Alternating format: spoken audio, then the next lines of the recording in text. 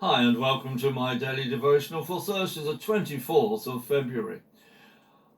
Our reading is from Hebrews chapter 12 and verse 16.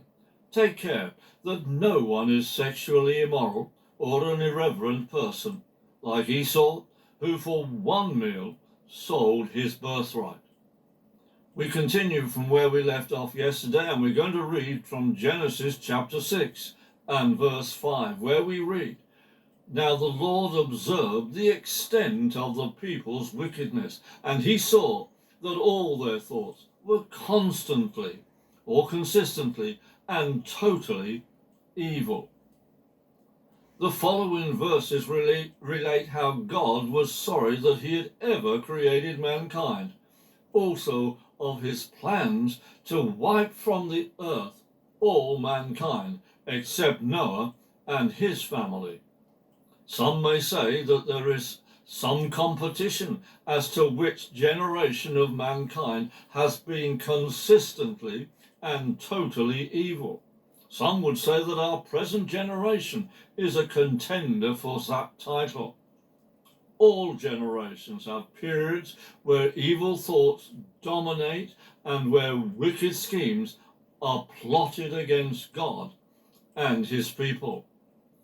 It is true of this generation. Many would argue that our present generation is too modern to be governed by the laws and principles of God, which are from an ancient time.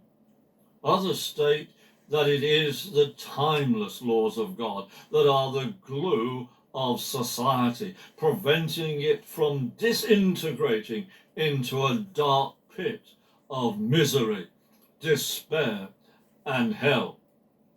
The following words of God are from Psalm 119 and verses 1 and 2.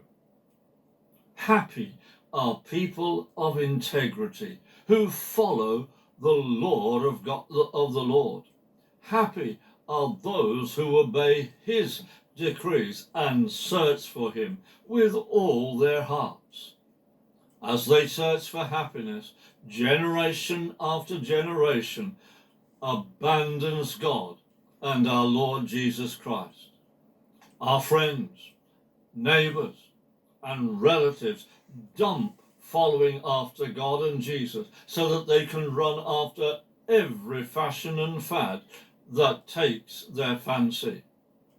However, is our generation any different from the evil imaginations of every other generation? We must consider whether or not turning away from God leads to sexual immorality and sexual perversions. Many would say that it doesn't, and that sexual morality is much freer now than it used to be. Others hold the opposite view, stating that as mankind walks away from God, he walks into a chasm of immorality. We're going to continue this again tomorrow. May God's blessing flood our hearts.